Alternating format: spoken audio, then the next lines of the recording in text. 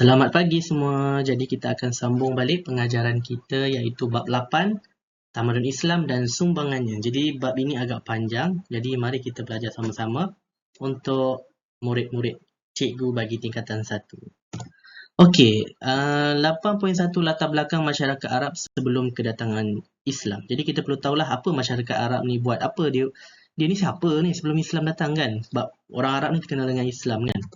Jadi secara umumnya masyarakat Arab ni sebelum kedatangan Islam ni dia mempunyai gaya hidup yang berbeza lah dari segi pemerintahan, ekonomi dan juga sosial lah.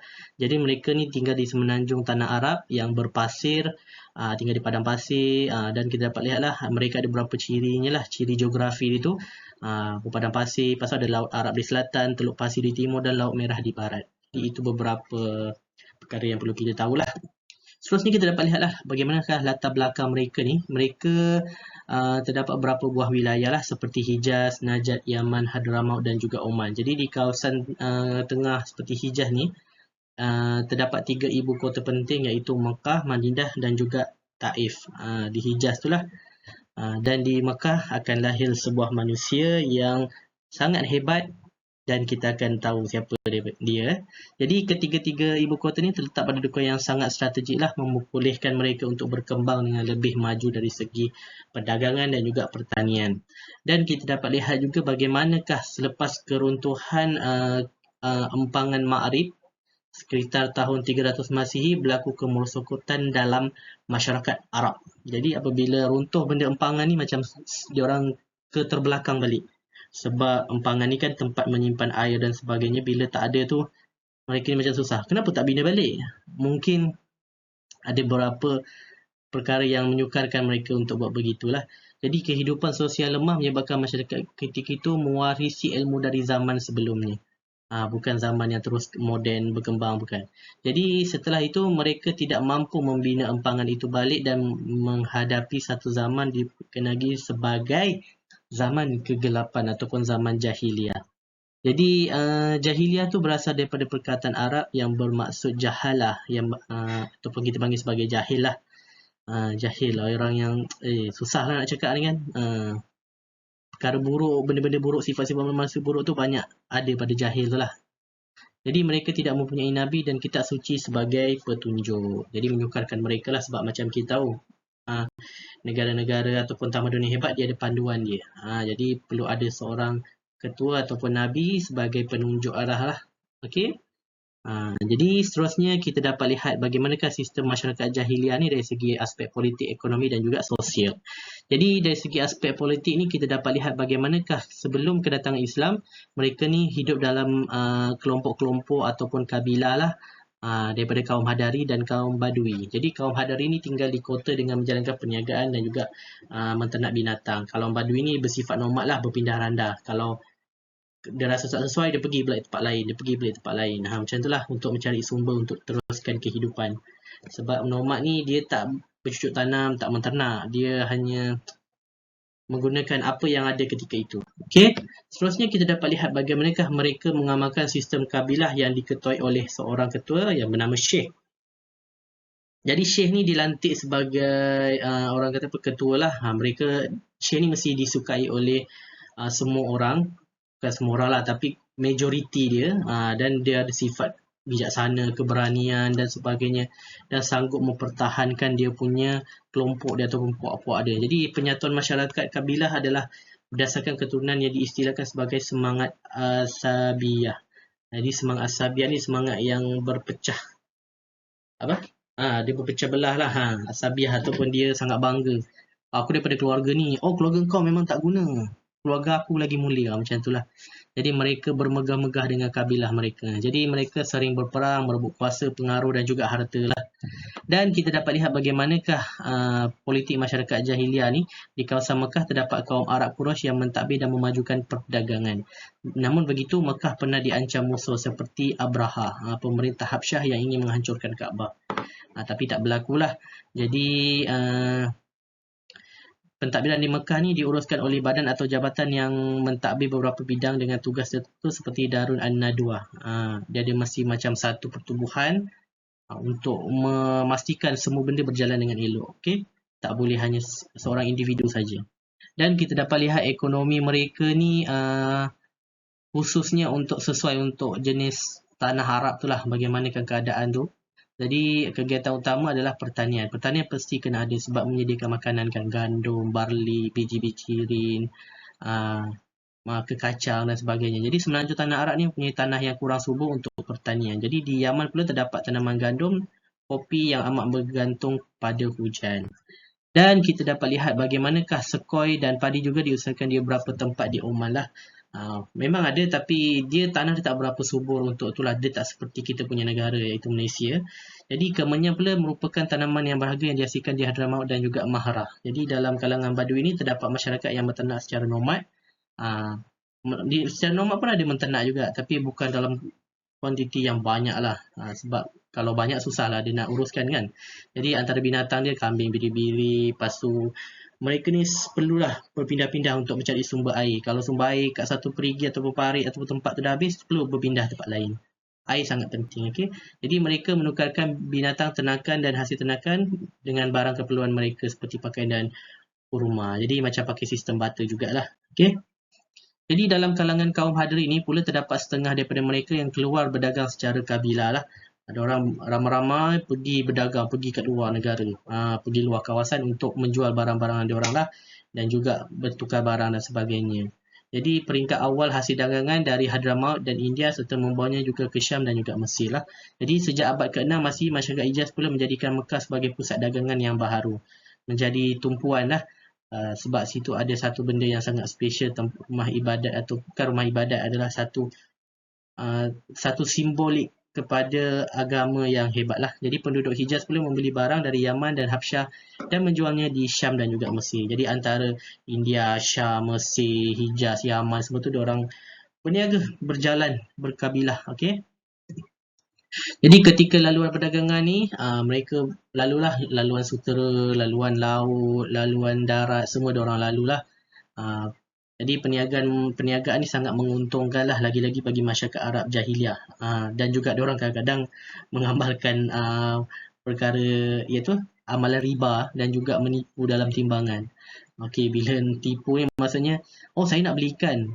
Tapi bila time kita beli ikan tu, dia dah kurangkan kita punya ikan tu. Dia buang 1-2 ekor. Tapi kita dah timbang awal kan. Pandai-pandai lah. Okay. Jadi kehidupan masyarakat Arab jahiliah ni kalau dari segi sosialnya kita dapat lihat lah dari sudut agama dan juga kepercayaan, adat istiadat dia dan juga cara hidup dia orang. Dan kita dapat lihatlah beberapa agama yang sangat terkenal sebelum kedatangan Islam seperti Watani, Majusi, Yahudi, Nasrani, Animisme dan juga Hunafa. Yang gambar tu itu agama orang kata apa? Mengorbankan bayi. Dia Baal. Nama demon ataupun setan tu, okey. Jadi mereka menyembah berhala, termasuklah Al-Lata, Al-Uzza, Al-Manat dan juga Hubal. Terdapat 306 buah berhala di sekeliling Kaabah. Jadi agama yang menyembah berhala ni kita panggil sebagai Watani. Kalau Majusi ni dia sembah api lah, berasal daripada Parsi dan banyaklah pengikut dia di Yaman, Oman dan juga Bahrain. Dan seterusnya adalah agama Nasrani ataupun agama Kristian, agama yang juga dianuti oleh Bani Israel. Jadi dikembangkan di semenanjung tanah Arab oleh penduduk Hasan dan juga Hirah. Jadi Watani, Majusi, sekarang Nasrani ataupun Kristian. Jadi animisme pun juga ada. Yang mempercayai tentang semangat roh, kuasa-kuasa gaib ni mesti ada. Okay? Dan juga Hunafa ataupun masih terdapat penganut yang mengamalkan Nabi Ibrahim lah. Kita boleh panggil Hunafa ataupun kita boleh panggil sebagai ajaran menyembah satu Tuhan ataupun Hanif. Okay? Adat dan kehidupan seharian ni, masyarakat ni diorang ni suka menilik nasib masa hadapan mereka. Mereka ni selalu mencari-cari jawapan. Apa akan jadi seterusnya untuk mencari supaya menjadi petunjuk lah untuk pekerjaan mereka, untuk jodoh mereka dan sebagainya lah, untuk elakkan musibah dan sebagainya, percaya benda-benda ahli sihir dan juga kuasa azimat lah.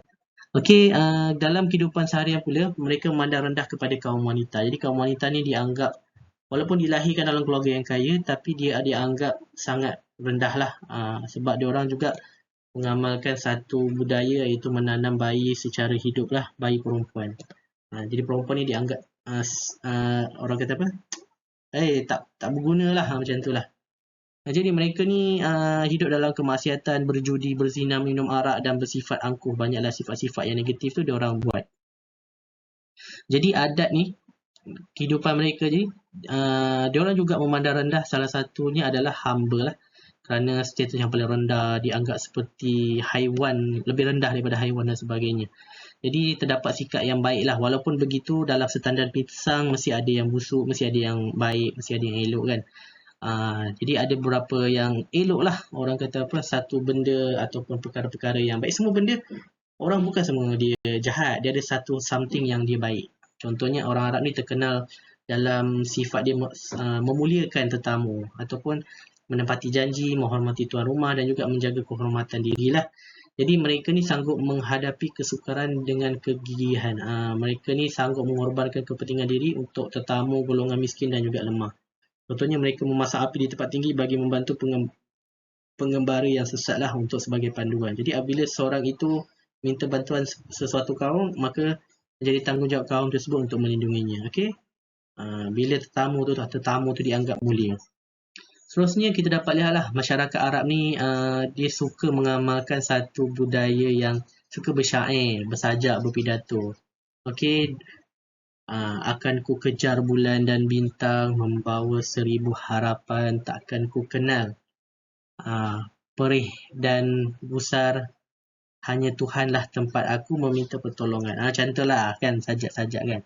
Jadi karya yang dianggap bermutu yang masyhur adalah banyak dibaca ketika tamasya tahunan di Pasar Ukas dan digantung di Kaabah lah. Karya dianggap bermutu akan dibaca. Seterusnya kemunculan dan perkembangan tamadun Islam. Jadi bila nak munculkan tamadun Islam ni mesti ada spark dia. Siapa yang cetuskan? Jadi lahirlah seorang manusia yang saya rasa manusia yang paling hebat sekali, yang memiliki segala sifat-sifat yang perlu manusia ada, iaitu lahirnya Nabi Muhammad SAW yang telah membawa rahmat kepada seluruh alam dan membawa perubahan yang sangat signifikan, yang sangat besar terhadap masyarakat Arab dan juga dunia dari sudut akhlak, akidah dan juga syariah lah. Jadi baginda dilahirkan sebagai masyarakat Quraisy di Mekah pada tahun 12 Rabiul Awal, tahun Gajah, bersama 20 April tahun 570 Masihi. Jadi baginda ni kita dapat lihatlah bagaimanakah ayahanda beliau ni telah meninggal ketika waktu muda lah. Waktu beliau sebelum Nabi lahir saya rasa. Jadi nama dia ialah Abdullah bin Abdul Muttalib. Ibunya pula nama Aminah. Jadi Abdullah ni merupakan seorang yang hebatlah, peniaga, pahlawan, dan juga Abdullah ni meninggal macam saya kata di dalam meninggal ketika sebelum Nabi lahir. Jadi ketika berusia 6 tahun baginda kematian ibunya pula dan juga dipelihara oleh atuknya iaitu Abdul Muttalib. Jadi seterusnya apabila cerita tentang Nabi Muhammad mesti menceritakan tentang pasangan-pasangan dia lah. Jadi pasangan dia yang bagi saya yang sangat hebat, yang di mana beliau belajar banyak benda dan dilindungi dan sebagainya, iaitu muncul satu tokoh iaitu Siti Khadijah Khuwailid, nama penuh dia. Jadi dia merupakan seorang yang bijaksana, pandai berniaga dan orang kata apa, bila Siti Khadijah ni lihat sifat Nabi ni memiliki sifat yang amanah, memiliki sifat budi pekerti, baik hati, dan ketika berusaha berniaga ni dia menimbulkan rasa hormat dan hingga membawa kepada perkahwinan mereka berdua. Jadi kita dapat lihatlah bagaimanakah detik pertemuan tamadun Islam dalam sejarah perkembangan tamadun manusia bermula apabila penerimaan wahyu Nabi Muhammad di Gua Hira pada Isnin 17 Ramadan bersamaan 6 Ogos 610 Masihi. Jadi wahyu pertama daripada surah Al-Alaq ayat 1 hingga ayat 5 bermula dengan perkataan Iqra, bacalah. Jadi dengan baca ni lah orang kata apa, dapat membangkitkan semangat Islam dan juga semangat mana-mana tamadun. Mesti kena membaca. Okey. Jadi apabila cerita tentang membaca ni dan juga menulis merupakan asas segala ilmu lah dan pengetahuan yang penting untuk melahirkan tamadun. Jadi berbekalkan semangat Iqra' inilah tamadun Islam berkembang dan juga maju. Kena ada budaya, barulah lahir orang-orang yang hebat-hebat. Jadi apabila Nabi Muhammad ni orang kata apa, menjadi Nabi, dia menerima wahyu, petunjuk, dan petunjuk itu digunakan oleh orang-orang yang hidup pada zaman dia sampailah sekarang. Dan kita dapat lihatlah daripada surah Al-Mudassir ayat 1 sampai 7 merupakan pengisytiharan Nabi Muhammad sebagai pesuruh Allah, Nabi pesuruh Allah untuk menyampaikan ajaran Islam kepada seluruh manusia, tanpa kira orang kata apa, latar belakang kulit, semua boleh memeluk agama Islam. Jadi dakwah Nabi Muhammad ni ada beberapa peringkat lah. Peringkat pertama adalah secara rahsia, seterusnya adalah peringkat secara terang-terangan. Sebab manusia ni dia tidak boleh menerima secara terus pom macam tu. Dia perlu berahsia dulu, lagi benda-benda yang sangat berat kan. Jadi secara rahsia ni berlaku selama 3 tahun. Jadi individu awal yang memeluk Islam ialah biasalah teman dia, iaitu Siti Khadijah. Seterusnya ada Ali bin Abi Talib, Zaid bin Harithah dan juga Abu Bakar As-Siddiq. Jadi dakwah Islam juga disebarkan melalui sahabat-sahabat di rumah Al-Arqam bin Abi Al-Arqam. Jadi kita dapat lihatkah bagaimanakah Nabi Muhammad ni menggunakan dakwah dia untuk menyebarkan agama Islam. Lepas dah senyap-senyap, dia buat secara terang-terangan lah kepada kaum keluarganya dengan menekan pertemuan di Bukit Safa. Namun begitu baginda ditentang oleh hebatlah oleh bapa saudara dia, kenalan-kenalan dia dan sebagainya. Contoh bapa saudara dia yang suka berlawan ataupun tidak sukalah dengan idea dia ni, iaitu Abu Lahab. Dia baginda juga memiliki sifat yang tabah lah menghadapi semua perkara ni. Sebab masyarakat Arab Quraisy ni seorang yang orang kita tahu memang tegas, orang kata susah nak dengar cakap dan sebagainya. Yang macam orang kata macam enggan lah menerima tu secara, sebab diorang dah ada ajaran diorang. Jadi bila datang ajaran baru ni, diorang rasa buat apa aku ni, nenek moyang aku dah lama lah anut agama ataupun kepercayaan ni. Okay. Seterusnya melalui sifat Nabi Muhammad. Jadi Nabi Muhammad ni bukan berdakwah dia tunjukkan dari diri dia sendiri. Bagaimanakah sifat dia tu yang memiliki sifat baik hati, peramah, sifat yang benar, amanah, tabligh dan sebagainya tu membuktikan bahawa dunia Islam ni lah ataupun Islam tu merupakan cara hidup yang merangkumi setiap aspek kehidupan. Okay. Islam tu adalah way of life, ad-din, cara hidup. Jadi dari segi dakwah ni telah berkembanglah daripada tanah Arab pergi ke luar tanah Arab. Nabi hantar utusan ke Rom, Parsi, Mesir, Habsyah, semua dihantar. Nabi tidak memaksa mereka memeluk Islam tetapi menggunakan cara diplomasi. Jadi kita sebagai orang yang bijak perlu ada diplomasi dan juga berdakwah sedikit. Kita tidak boleh terus membenci orang itu, terus paksa, terus terkam, terus masuk sekarang. Tak boleh. Kita kena dengan cara yang betul, berdiplomasi dan memberikan hujah-hujah yang bernas apabila ditanyalah. Jadi Islam juga disebarkan melalui para pendakwah yang berdagang. Pendakwa-pendakwa yang datang itulah, yang pedagang-pedagang datang, jadi diajar, disebarkan. Jadi bila orang balik semula ke tempat mereka, mereka kata, ke Arab sana ada agama barulah mengajar kepada sembah Tuhan dan ada Nabi Muhammad. Jadi Nabi Muhammad tu baik, aku jumpa dia, sifat amanah. Lepas tu dia ajar simple je. Kita perlu sembah satu Tuhan, tinggalkan perkara-perkara yang buruk, amar ma'ruf nahi mungkar, macam tu lah. Okay. Jadi penyebaran Islam ni ada beberapa peringkat lah. Orang kata apa, selepas kewafatan Nabi dan sebagainya. Jadi siapa nak tu takkan Islam terus berkubur. Jadi sahabat-sahabat atau kawan baik Nabi lah, bermula daripada Abu Bakar, Umar, Uthman sehingga ke Ali lah, kita panggil sebagai zaman pemerintahan Khulafa Ar-Rasyidin. Okay. Jadi waktu Khulafa Ar-Rasyidin, Islam memang disebar dengan sangat luas lah. Berkembang di Makkah, Madinah, malahan sampai ke seluruh orang kata apa, tanah Arab tu memang ditakluki oleh kerajaan Islam lah. Jadi Abu Bakar Siddiq ni terkenal dengan sifat dia yang itulah, banyak sifat baik, dan baginda pernah juga mengetuai peperangan di Riddah, iaitu memerangi golongan yang murtad dia keluar agama. Lepas Nabi dah meninggal, wafat ni, dia orang macam, buat apa aku nak anut agama Islam, Nabi dah tak ada kan. Macam tu lah. Lepas tu ada yang tak nak bayar zakat. Zakat ni macam sumbangan kepada kita untuk membersihkan harta kita. Sebab di setiap harta ataupun duit kita ni ada amanah ataupun yang perlu kita sumbangkan lah.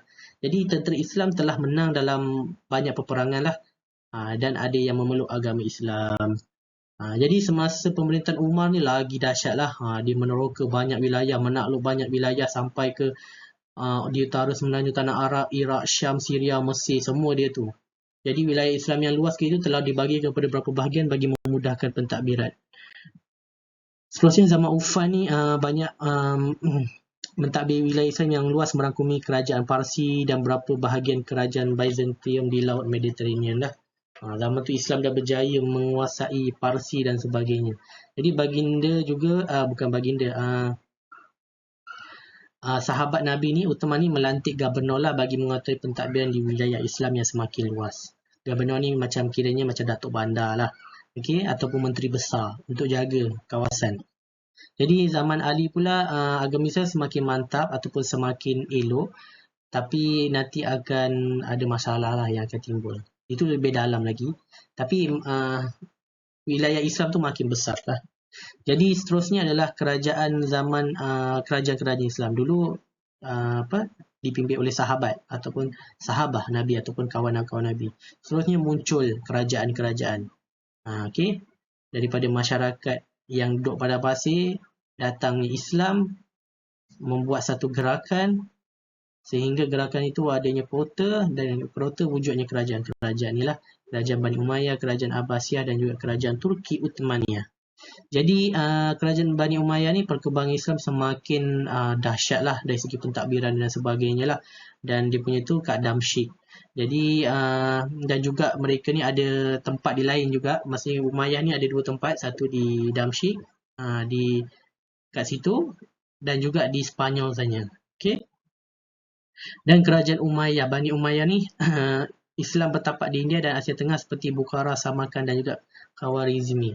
Jadi utusan persahabatan juga telah sampai ke China, Islam telah sampai ke Afrika Utara, turut sampai ke Eropah, ke Andalusia, banyak tempat Islam sampai. Ketika zaman Bani Umayyah. Okay? Jadi zaman Abbas ini zaman keemasan lah, orang kata apa, zaman di mana ilmu itu diangkat. Kegemilangan tamadun Islam tu dengan banyaknya ilmu itu dikembangkan dan sebagainya, sampailah mempengaruhi dunia sampailah sekarang lah. Jadi Islam juga telah berkembang di Somaniyah, di Transoxania dan juga Barat India. Jadi seterusnya adalah kerajaan Turki Uthmaniyah yang berpusat di Anatolia lah. Anatolia Turki sekarang kan. Jadi perkembangan Islam sebenarnya telah meluas hingga ke rantau Balkan, Eropah Timur, sehingga ke sempadan Rusia di Laut Hitam dan juga di kawasan Asia Barat. Jadi pengaruh Uthmaniyah ni juga telah sampai ke alam Melayu. Ini adalah orang kata apa, perkembangan Islam melalui peta daripada zaman Nabi Muhammad yang hijau tu. Lepas tu berkembang zaman Khalifah Abu Bakar, Siddiq, Affan, Khalifah Rashidun, lepas tu zaman Umayyah, zaman Abbasiyah dan hinggalah zaman Turki Uthmaniyah.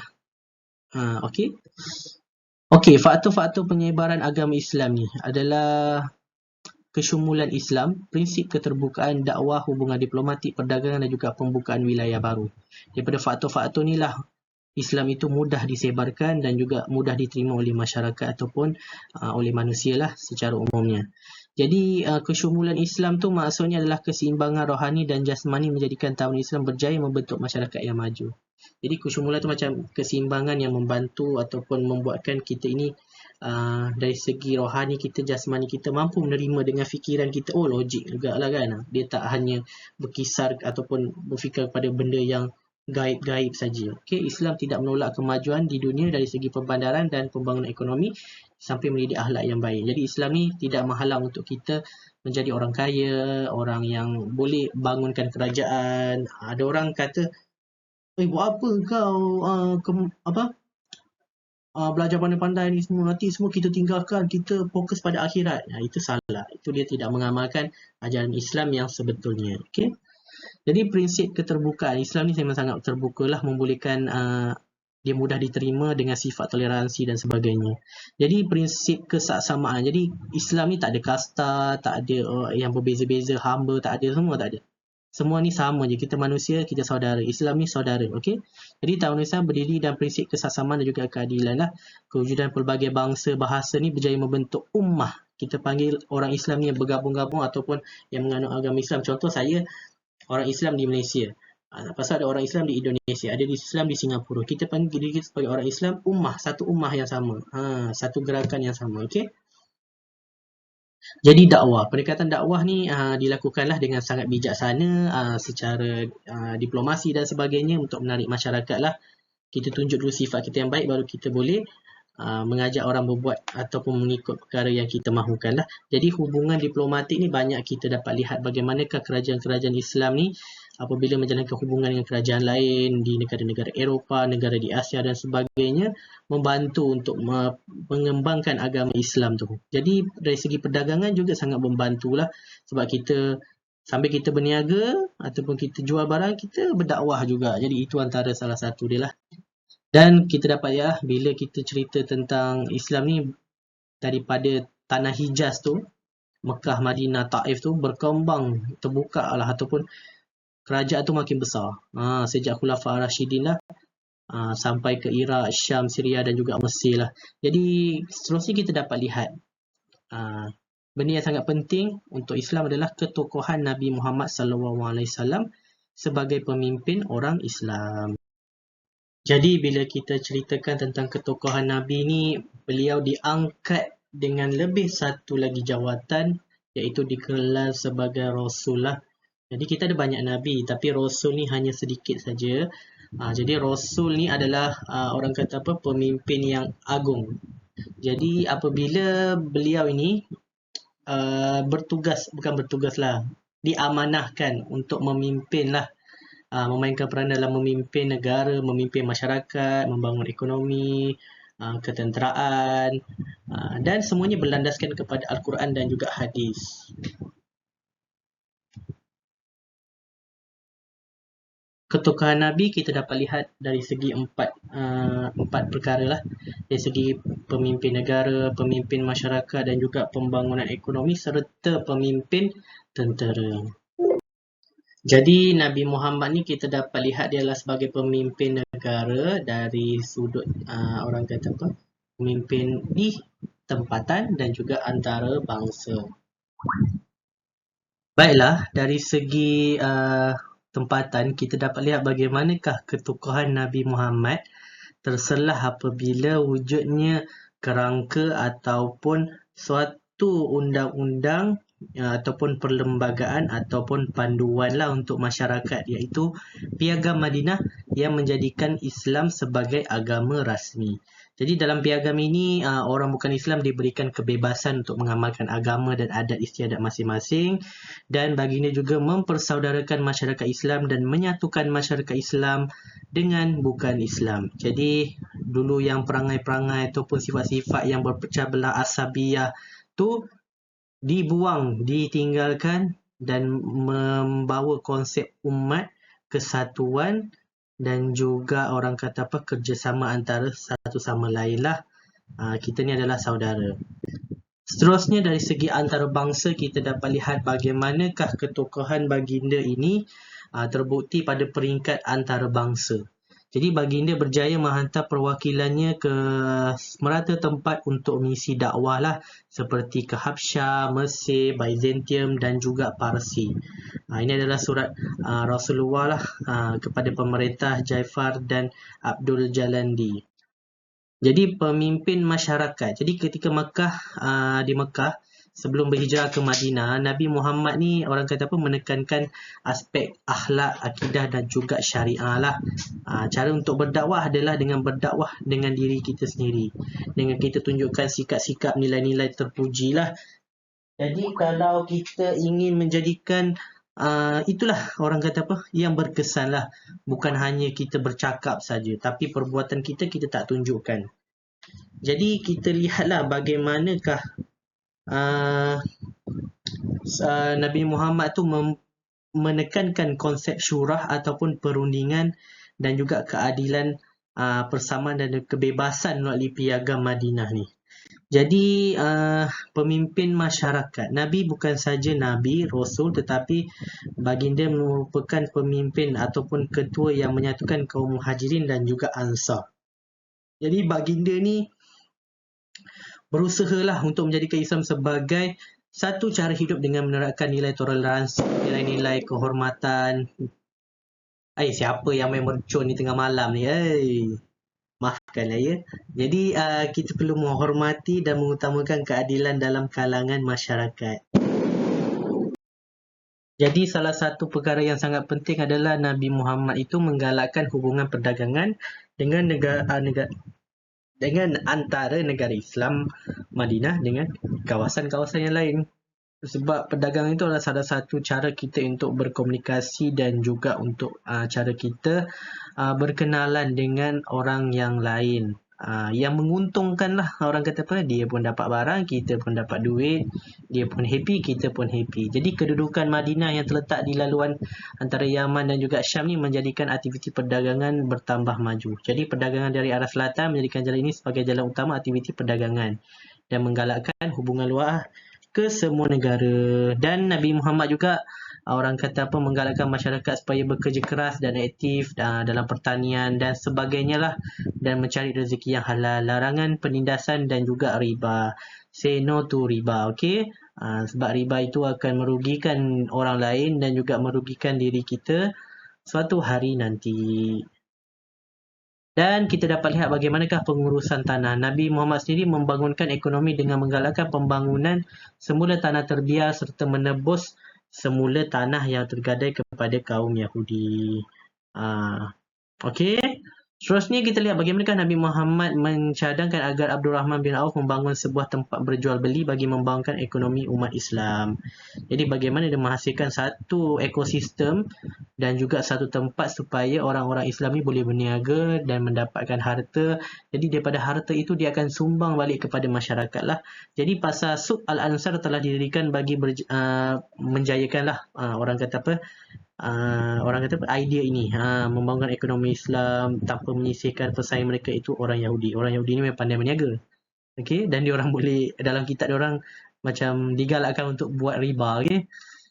Jadi pemimpin tentera, Nabi Muhammad menjadi pemimpin tentera lah.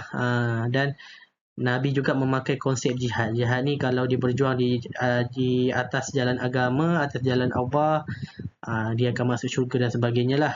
Jadi dia menegakkan agama Islam, mempertahankan bangsa dan tanah air, dan orang kata apa, ini memberikan satu semangat ataupun suatu tujuan ataupun panduan kepada orang yang ingin berjuang di jalan Allah lah. Jadi sebab itulah apabila kita dapat lihat setiap umat Islam digesa supaya berusaha bersungguh-sungguh untuk menuntut ilmu dan mempertahankan maruah diri dan kesucian agama Islam. Kalau kita pergi belajar pun kita berjihad, kita mencari rezeki pun kita berjihad. Yang penting adalah kerana Allah Ta'ala, lillahi Ta'ala. Okay? Seterusnya kita dapat lihat bagaimana peperangan yang tidak diizinkan melainkan setelah orang Islam diancam. Jadi perang ni bukan saja-saja kita perang. Kalau kita rasa diri kita diancam, baru kita boleh perang lah. Kalau ia menggugat agama kita, masyarakat kita dan sebagainya, banyaklah perang-perang yang berlaku, perang Badar, perang Uhud dan sebagainya lah.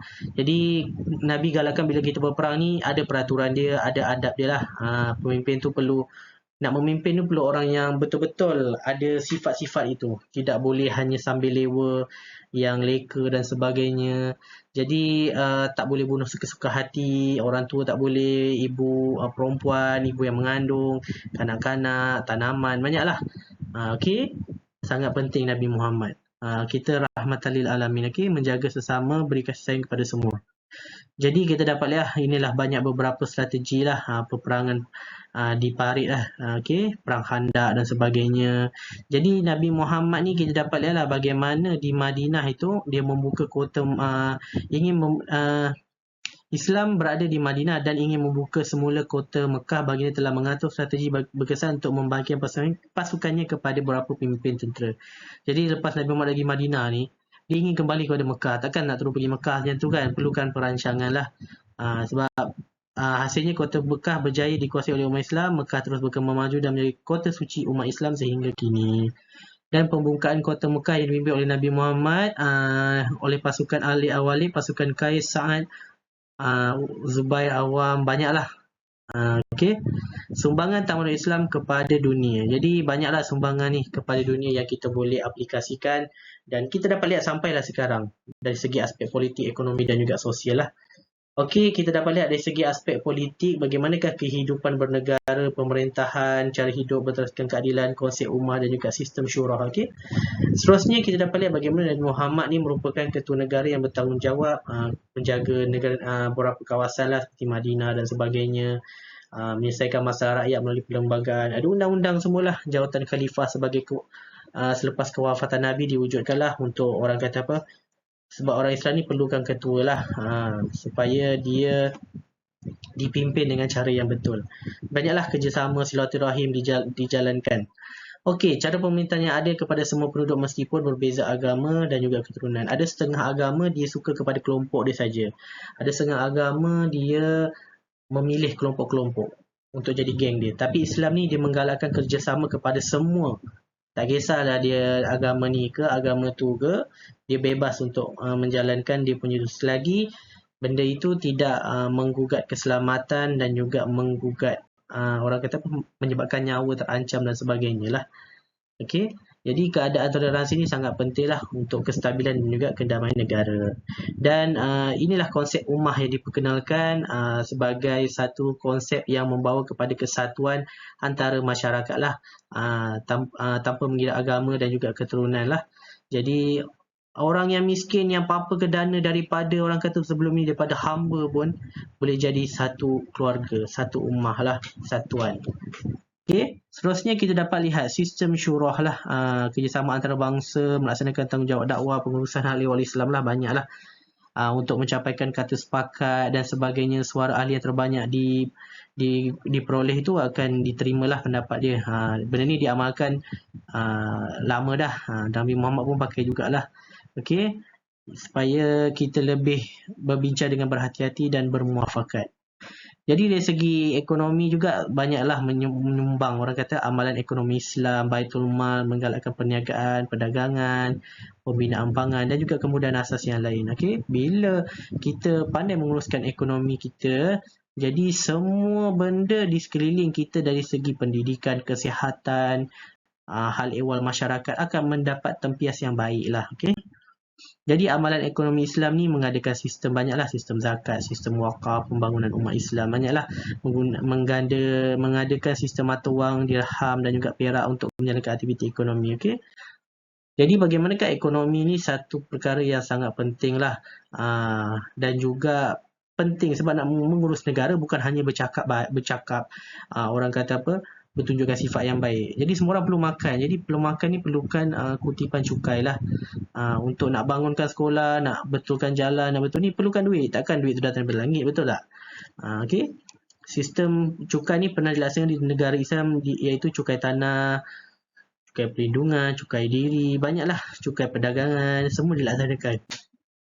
Jadi bila kita cerita tentang amalan ekonomi dan juga cara untuk menjalankan aktiviti perniagaan ni kan, ada beberapa larangan lah atau perkara yang kita tak boleh buat, haram, iaitu amalan riba lah, yang boleh menghancurkan konsep keadilan dalam masyarakat. Jadi orang kata penindasan dan juga penipuan semasa berniaga juga sangat bahayalah. Mengurangkan timbangan, boros, kedekut, membazir, mengambil keuntungan berlipat kali ganda dan tidak amanah. Jadi ini menggalakkan manusia menghasilkan produk yang bermutu dan melakukan pendidikan dan pembangunan ekonomi.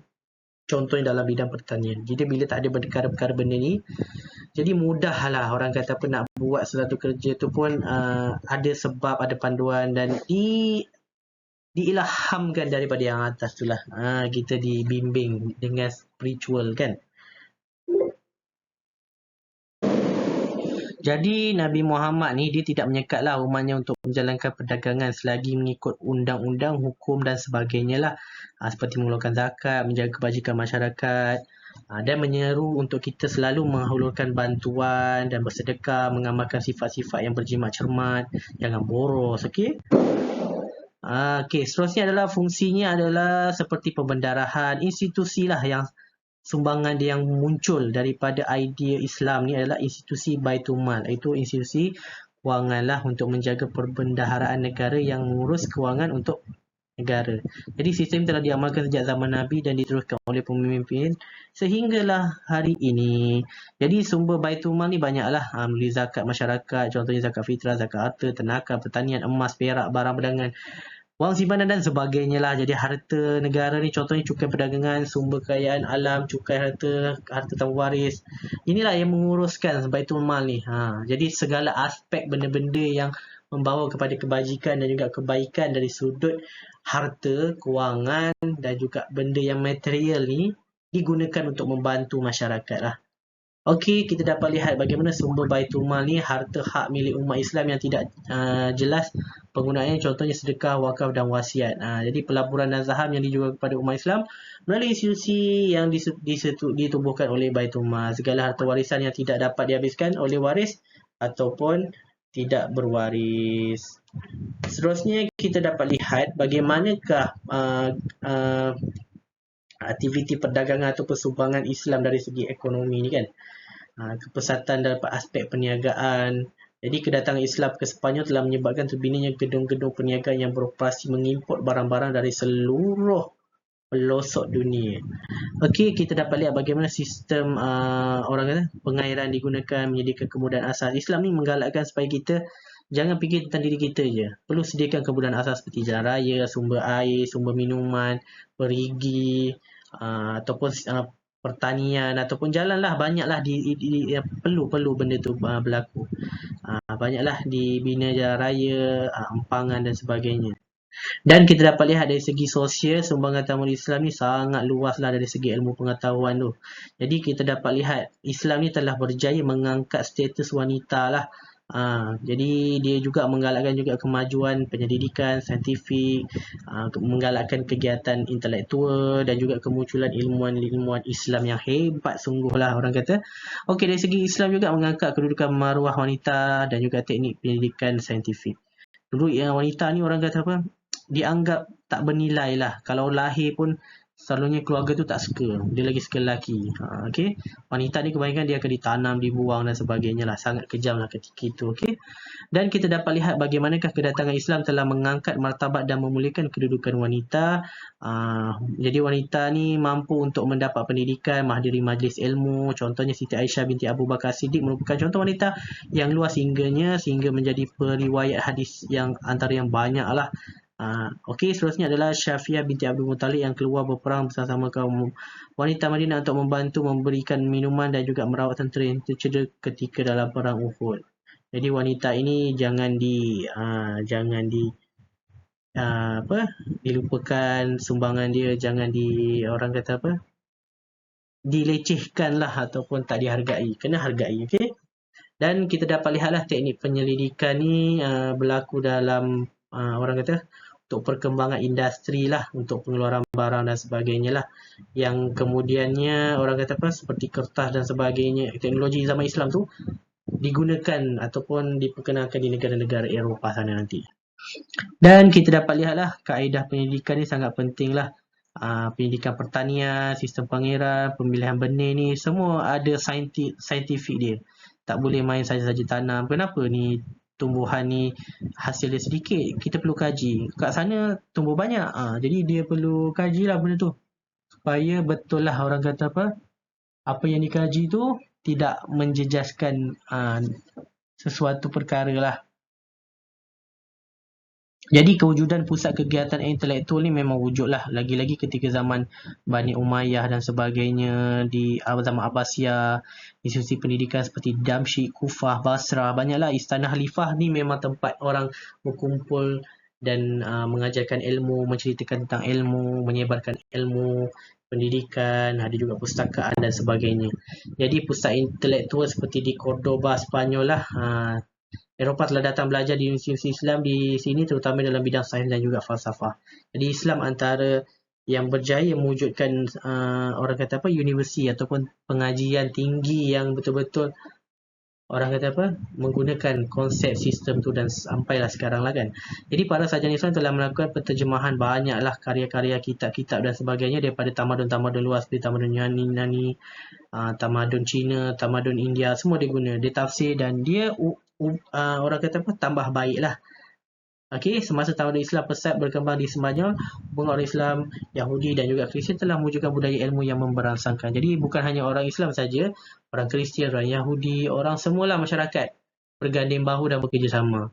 Dan juga kemunculan ilmuwan-ilmuwan Islam lah dalam ilmu sains, perubatan, falsafah, astronomi, geografi, matematik, pelayaran, semualah. Sangat banyaklah Jabir bin Hayyan menghasilkan 82 karya berkaitan tentang alkimia, alkimis. Okey. Semua ni berasal daripada nama dia lah. Okay, kebanyakan karyanya diterjemahkan dalam bahasa Latin. Dan dari segi perubatan, Ibnu Sina lah kita panggil sebagai Avicenna lah. Contoh yang terkenal dia adalah buku dia Al-Kanun fi Atib. Ahli falsafah barat Albert the Great telah dipengaruhi oleh karya Ibnu Sina. Benang-benang yang kita guna untuk pembedahan semua tu adalah terinspirasi daripada ciptaan beliau lah. Okay. Dari segi falsafah, Al-Kindi menghasilkan lebih 270 buah karya mencakupi pelbagai bidang lah, seperti logik, muzik, perubatan dan sebagainya lah. Hingga ada tokoh Eropah seperti Roger Bacon, Descartes terpengaruh dengan idea Al-Kindi. Jadi astronomi dan falak Al-Batani lah, Al-Bataginius menggunakan ilmu asas trigonometri, menulis buku astronomi dan mencipta alat ukuran yang alat ukuran masa supaya mudahlah kita nak tengok solat, kiblat dan sebagainya.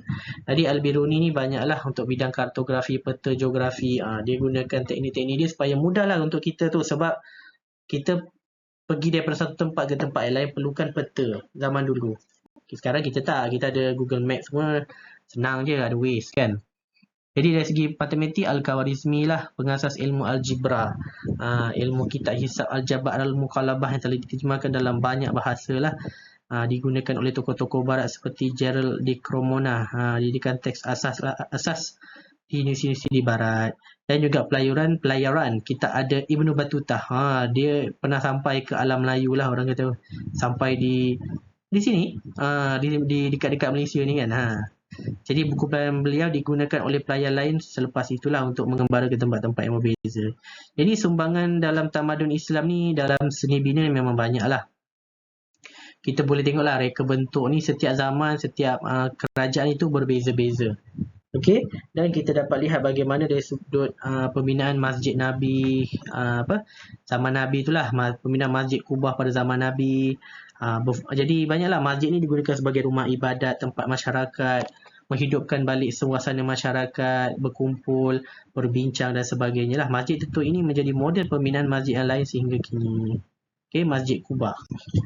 Jadi berunsurkan ciri-ciri seni bina ni luahan perasaan hening aman dah lah. Tapi benda-benda yang berkaitan haiwan selalunya tak akan dimasukkan. Bersifat alam semula jadi, tapi haiwan-haiwan ni tak dimasukkan lah kan. Jadi binaan yang kukuh digunakan lah.